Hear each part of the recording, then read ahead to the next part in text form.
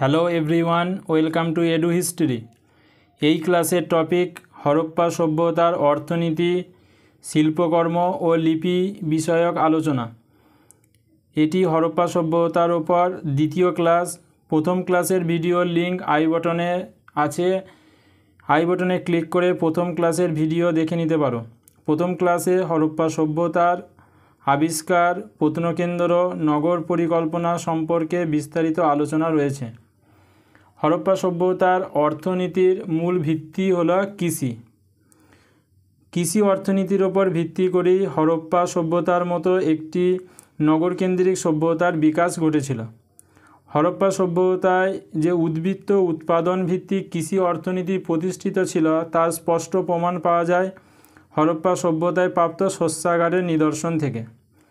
হরপ্পা এবং মহেঞ্জোদারো এই দুই প্রত্নকেন্দ্রে শস্যাগারের সন্ধান পাওয়া গেছে।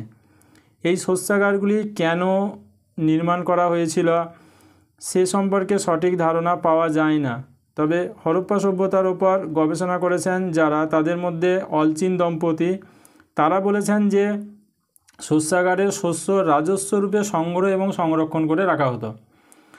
অর্থাৎ হরপ্পা সভ্যতায় একটি প্রশাসক গোষ্ঠী ছিল যারা কৃষক শ্রেণীর ওপর তাদের প্রশাসনিক নিয়ন্ত্রণ বজায় রেখেছিল এবং কৃষকরা রাজস্ব রূপে শস্য এই প্রশাসক গোষ্ঠীকে দিত এবং সেগুলি শস্যাগারগুলিতে সংগ্রহ বা সংরক্ষিত অবস্থায় রাখা থাকত। হরপ্পা সভ্যতায় কৃষি ব্যবস্থা সম্পর্কে পরিচয় পাওয়া যায় হরপ্পা সভ্যতার বিভিন্ন প্রত্নকেন্দ্রে প্রাপ্ত বিভিন্ন প্রত্নতাত্ত্বিক নিদর্শন থেকে। যেমন হরপ্পা সভ্যতার দুটি প্রত্নকেন্দ্র বনওয়ালি এবং গনেরি ওয়ালা, এই প্রত্নকেন্দ্রে টেরাকোটা নাগলের প্রতিকৃতি পাওয়া গেছে। এ থেকে অনুমান করা হয় যে হরপ্পাবাসী তারা নাগলের ব্যবহার করত, জমি চাষের ক্ষেত্রে তারা নাগল ব্যবহার করেছিল। হরপ্পা সভ্যতার একটি প্রত্নকেন্দ্র ছিল কালীবঙ্গাল, যেটি বর্তমান রাজস্থানে অবস্থিত। এই কালীবঙ্গাল প্রত্নকেন্দ্রে কৃষিক্ষেত্রের সন্ধান পাওয়া গেছে, যেখানে কর্ষিত জমির দাগ দেখা যায়। হরপ্পা সভ্যতার মানুষ ধান চাষের সঙ্গে অভ্যস্ত ছিল, তবে হরপ্পা সভ্যতায় সর্বত্র ধান চাষের প্রচলন ছিল কিনা তা নিয়ে বিতর্ক রয়েছে। কারণ গুজরাটের দুটি প্রত্নকেন্দ্র লোথাল এবং রংপুর, এই দুটি স্থানেই শুধুমাত্র ধানের তুষ পাওয়া গেছে। বাকি অন্য কোনো প্রত্নকেন্দ্রে ধান চাষের যে প্রচলন ছিল এমন কোনো প্রমাণ পাওয়া যায়নি। যে কোনো এক্সাম পেপারে তোমরা এরকম প্রশ্ন দেখতে পাবে যে হরপ্পা সভ্যতার কোথায় টেরাকোটা নাগলের প্রতিকৃতি পাওয়া গেছে, হরপ্পা সভ্যতায় কোথায় কৃষিক্ষেত্রের সন্ধান পাওয়া গেছে, বা হরপ্পা সভ্যতার কোথায় ধান চাষের প্রচলন ছিল। এই কনসেপ্ট থেকে তোমরা এই রকম প্রশ্ন এলে তার উত্তর করতে পারবে। হরপ্পা সভ্যতায় ধান চাষের ছাড়াও আরও বিভিন্ন শস্যের সঙ্গে তারা অভ্যস্ত ছিল। হরপ্পার বিভিন্ন প্রত্নকেন্দ্রগুলি থেকে প্রাপ্ত নিদর্শন থেকে তার প্রমাণ পাওয়া যায় যে হরপ্পাবাসী রবি শস্য হিসাবে গম, যব, মুগ, মুসুর, সর্ষে প্রভৃতি চাষ করত। খারিফ শস্য হিসাবে তুলা, বাজরা, রাগি, ধান, জোয়ার প্রভৃতি চাষ করত। কৃষি অর্থনীতির পাশাপাশি পশুপালনের সঙ্গেও হরপ্পাবাসী তারা অভ্যস্ত ছিল।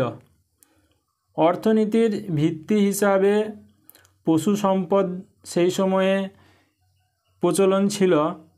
ভেড়া, ছাগল, শূকর, উট, গরু, মহিষ, বৃষ প্রভৃতি পশুরকে তারা পালন করতে শিখেছিল।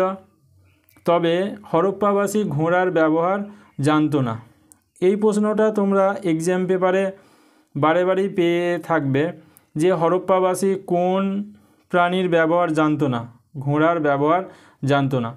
হরপ্পায় মহিষের প্রচলন ছিল বলে অনুমান করা হয়, তবে মহিষের ব্যবহার ছিল কি না তার পুরাতাত্ত্বিক নিদর্শন কিন্তু পাওয়া যায়নি। হরপ্পাবাসী কারিগরি শিল্পেও যথেষ্ট উৎকর্ষতা দেখিয়েছিল। হরপ্পায় কারিগরি শিল্পের ক্ষেত্রে পাথর, ধাতু এবং মৃৎপাত্র অর্থাৎ টেরাকোটা তৈরি জিনিসপত্রে তাদের যথেষ্ট উৎকর্ষতার পরিচয় পাওয়া যায়।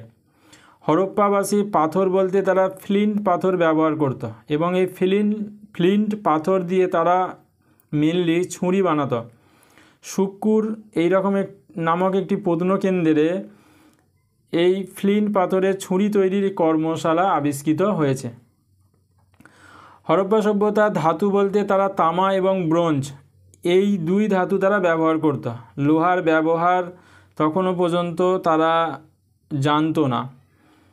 তোমরা এক্সাম পেপারে এরকম প্রশ্ন পাবে যে হরপ্পাবাসী কোন ধাতুর ব্যবহার জানতো না, তাহলে হরপ্পাবাসী লোহার ব্যবহার জানতো না। বা হরপ্পা কোন যুগের সভ্যতা ছিল?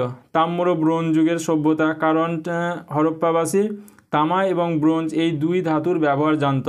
এই তামা এবং ব্রোঞ্জ এই ধাতু দিয়ে তারা খুর, ছুরি, বাটালি, বর্ষা, কুঠার, করাত প্রভৃতি অস্ত্র শস্ত্র তারা তৈরি করত। হরপ্পা সভ্যতার টেরাকোটা শিল্পেও যথেষ্ট উৎকর্ষতা তারা দেখিয়েছিল। টেরাকোটা শিল্পের উৎকর্ষতা পাওয়া যায় তাদের তৈরি মৃৎপাত্রগুলি থেকে। মৃৎপাত্রগুলি তারা দুইভাবে তৈরি করতো, একটা দৈনন্দিন ব্যবহার্যের জন্য, অন্যটি বিলাস সামগ্রীর জন্য। যেগুলো দৈনন্দিন ব্যবহারের জন্য ব্যবহার হতো সেগুলো খুব বেশি বৈচিত্র্য হতো না, তাদের রং অনেকটা বাঁধা ধরা হতো।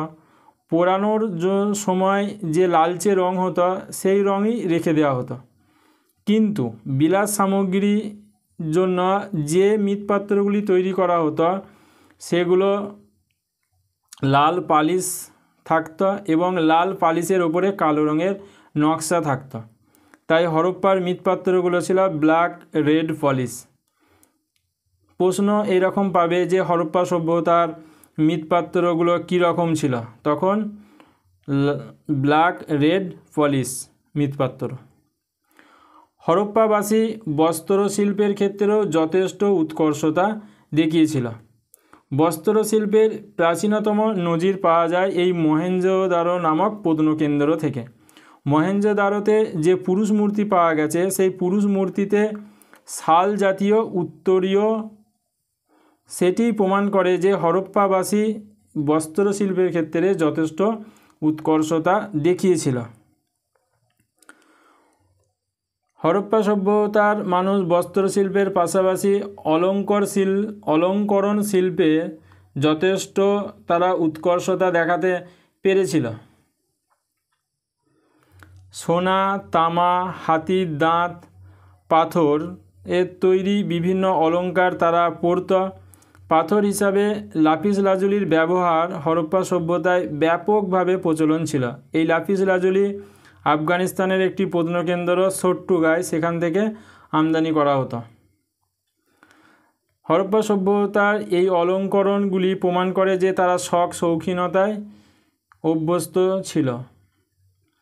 হরপ্পা সভ্যতার মানুষ তারা ইট নির্মাণের ক্ষেত্রেও যথেষ্ট পারদর্শিতা দেখিয়েছিল।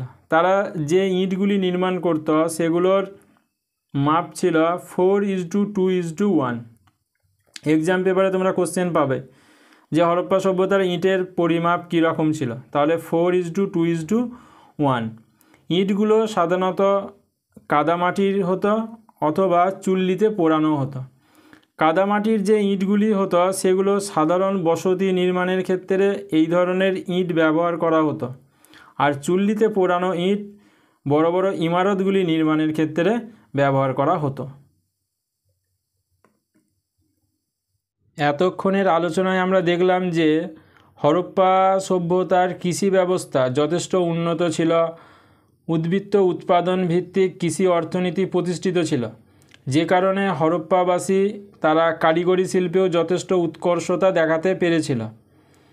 কৃষি কারিগরি শিল্পের পাশাপাশি বাণিজ্যের ক্ষেত্রেও হরপ্পাবাসী যথেষ্ট পারদর্শিতা দেখিয়েছিল।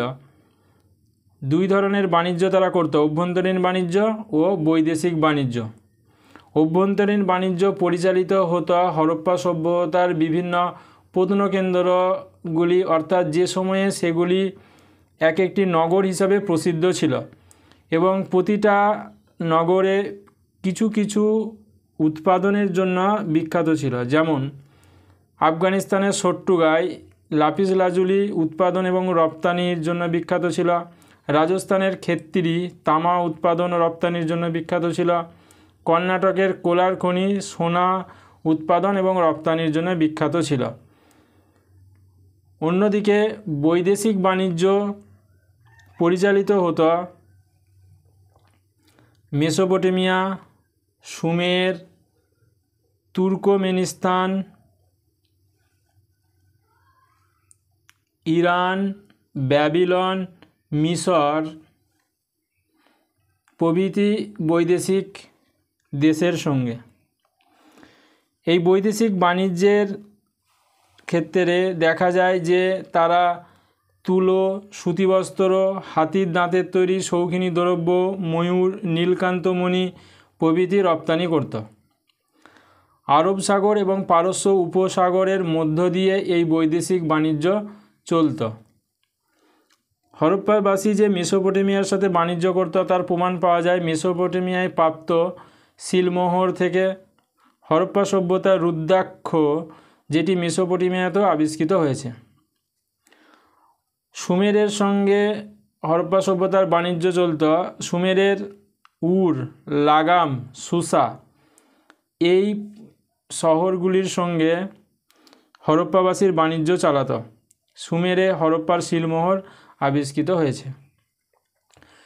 তুর্কমেনিস্তানে হরপ্পার তৈরি হাতির দাঁতের তৈরি জিনিস, টেরাকোটা দ্রব্য ও রূপোর পাত্র আবিষ্কৃত হয়েছে।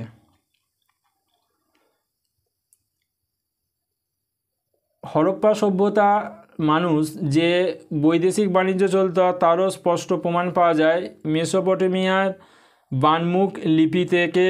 3টি অঞ্চলের নাম পাওয়া যায়, মেলুহ, মগন ও দিলমুন। মেলুহ শব্দটি হরপ্পা সভ্যতার সিন্ধু অঞ্চলকেই বোঝাত। এ থেকে স্পষ্ট হয় যে মেসোপটেমিয়ার সাথে হরপ্পা সভ্যতার বাণিজ্যিক লেনদেন চলত। এছাড়া মগন বালুচিস্তানের মাকরান উপকূলকে বোঝাত। দিলমুন পারস্য উপসাগরের বাহারিন অঞ্চলকে বোঝাত। এই প্রশ্নটা তোমরা যে কোনো এক্সাম পেপারে দেখে থাকবে যে মেলুহ বলতে কোন অঞ্চলকে বোঝায়, তাহলে মেলুহ বলতে সিন্ধু অঞ্চলকে বোঝায়। হরপ্পা সভ্যতার বাণিজ্যের ক্ষেত্রে লোথাল বন্দর গুরুত্বপূর্ণ ভূমিকা পালন করেছিল। গুজরাট এই প্রত্নকেন্দ্রে লোথাল বন্দরটি অবস্থিত ছিল। সামুদ্রিক বাণিজ্যের ক্ষেত্রে এই লোথালের গুরুত্বপূর্ণ ভূমিকা ছিল। এই প্রশ্ন তোমরা এক্সাম পেপারে পাবে যে হরপ্পা সভ্যতার কোথায় বন্দর আবিষ্কৃত হয়েছে বা হরপ্পা সভ্যতার কোথায় পোতাশ্রয় পাওয়া গেছে। হরপ্পা সভ্যতার মানুষ শিল্পকর্ম বলতে ভাস্কর্য সৃষ্টির ক্ষেত্রে তারা পারদর্শিতা দেখিয়েছিল। ব্রোঞ্জ, পাথর এবং টেরাকোটা শিল্পে তাদের যথেষ্ট দক্ষতা ছিল। পাথরের ক্ষেত্রে তারা বেলে পাথর ব্যবহার করত। ধাতু হিসাবে তারা ব্রোঞ্জের তৈরি বিভিন্ন ধরনের ভাস্কর্য তারা সেই সময়ে তৈরি করেছিল, যেমন ব্রোঞ্জের নর্তকীর মূর্তি মহেঞ্জোদারোতে পাওয়া গেছে। রথ, পশু মূর্তি যেটি মহারাষ্ট্রের দাইমাবাদ এই প্রত্নকেন্দ্রে আবিষ্কৃত হয়েছে। পশু মূর্তির মধ্যে মহিষ, হাতি, গন্ডার ছিল। এছাড়া পাথরের তৈরি বিভিন্ন ভাস্কর্য হরপ্পা সভ্যতার বিভিন্ন প্রত্নকেন্দ্রগুলিতে পাওয়া গেছে। যেমন মহেঞ্জোদারোতে একটি পুরুষ মূর্তি পাওয়া গেছে, হরপ্পাতে একটি ধূসর মূর্তি পাওয়া গেছে, সিলমোহরে যোগী পুরুষ মূর্তি যেটি যথেষ্ট ভাস্কর্য শিল্পের ক্ষেত্রে উৎকর্ষতার পরিচয় দেয়। এছাড়া সিলমোহরে ইউনিকর্ন বা ব্রিজ প্রভৃতি প্রাণীর প্রতিকৃতি যেগুলি হরপ্পাবাসীর ভাস্কর্য সৃষ্টির ক্ষেত্রে দক্ষতার পরিচয় বহন করে।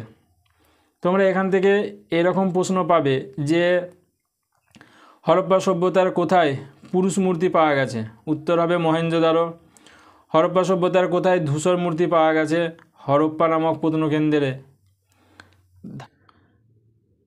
ধাতু ও পাথরের তৈরি ভাস্কর্যের পাশাপাশি টেরাকোটা শিল্পের ক্ষেত্রেও হরপ্পাবাসী যথেষ্ট দক্ষতা দেখিয়েছিল। টেরাকোটার তৈরি নারী মূর্তিগুলো যথেষ্ট প্রসিদ্ধ ছিল। এই নারী মূর্তিগুলি সাধারণত মাতৃদেবী হিসাবেই তৈরি করা হতো এবং তাদের উপাসনা করা হতো। হরপ্পা সভ্যতার শিল্প ভাবনা এই ধর্মীয় ভাবনার ওপর ভিত্তি করেই বিকশিত হয়েছিল বলে মনে করা হয়। হরপ্পা সভ্যতার ধর্ম বিষয়ক আলোচনা যখন হবে তখন তোমরা বুঝতে পারবে যে হরপ্পাবাসী তারা বিভিন্ন প্রাণী, বৃক্ষ এবং নারী পুরুষ সকলকে উপাসনা মাধ্যম হিসাবে তারা গ্রহণ করেছিল এবং সেগুলির ওপর ভিত্তি করেই তারা তাদের শিল্পকর্ম বা ভাস্কর্য তৈরি করেছিল। হরপ্পা সভ্যতার সবচেয়ে গুরুত্বপূর্ণ যে দিকটি ছিল সেটি ছিল লিপি। হরপ্পা সভ্যতার মানুষ তারা লিপি উদ্ভাবন করেছিল। হরপ্পা সভ্যতায় যে সিলমোহরগুলি পাওয়া গেছে সেই সিলমোহরগুলিতেই লিপি উৎকীর্ণ তারা করত। স্টিয়েটাইট পাথরে তৈরি হতো এই সিলমোহরগুলি। এখন এই সিলমোহরগুলি কেন তৈরি করা হয়েছিল সে সম্পর্কে স্পষ্ট ধারণা পাওয়া যায় না, তবে মনে করা হয় যে প্রশাসনিক নির্দেশাবলী দেওয়ার জন্য এই লিপির উদ্ভাবন হয়েছিল বা বাণিজ্যিক তথ্যাদি নথিভুক্ত রাখার কারণেই সিলমোহরগুলিতে লিপির উৎকীর্ণ করা হতো। হরপ্পা সভ্যতার যে লিপি ছিল সেই লিপিগুলি ছিল চিত্রলিপি, অর্থাৎ লিপির কিছু ছিল সাংকেতিক চিহ্ন যেগুলো কোনো না কোনো ভাব বোঝাতো, আর কিছু ছিল যেগুলো চিত্র সমন্বিত, চিত্রের মাধ্যমে কিছু ভাব বোঝানোর চেষ্টা করা হতো। এক একটি সিলমোহরে গড়ে 4 থেকে 5টি করে হরফ থাকতো। সিলমোহরগুলি ডান দিক থেকে বাম দিকে লেখা হতো, তবে সিলমোহরের যে লিপি ছিল সেই লিপিগুলোর পাঠোদ্ধার করা যায়নি। হরপ্পা সভ্যতার এরকমই একটি সাইনবোর্ড যেটি লিপি সমন্বিত ছিল গুজরাটের প্রত্নকেন্দ্র ধোলাভিরায় আবিষ্কৃত হয়েছে। এই প্রশ্নটি খুবই গুরুত্বপূর্ণ, যে কোনো এক্সাম পেপারের ক্ষেত্রে প্রশ্ন আসে যে হরপ্পা সভ্যতার কোথায় সাইনবোর্ড আবিষ্কৃত হয়েছে, তাহলে উত্তর হবে ধোলাভিরা।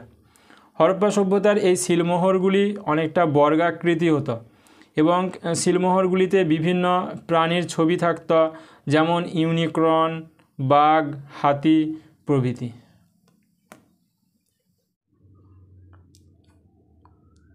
হরপ্পা সভ্যতার অর্থনীতি, শিল্পকর্ম, লিপি সম্পর্কে এই ক্লাসের আলোচনা এই পর্যন্ত। নেক্সট ক্লাসে আমরা হরপ্পা সভ্যতার ধর্মীয় জীবন, হরপ্পা সভ্যতার নগরকেন্দ্রিক জীবনের অবক্ষয়, নগরকেন্দ্রিক জীবনযাত্রার পরবর্তী পর্যায় অর্থাৎ লেট হরপ্পান ফেজ পর্বে জীবনযাত্রার ধরন কীরকম ছিল সেই সম্পর্কে বিস্তারিত আলোচনা হবে।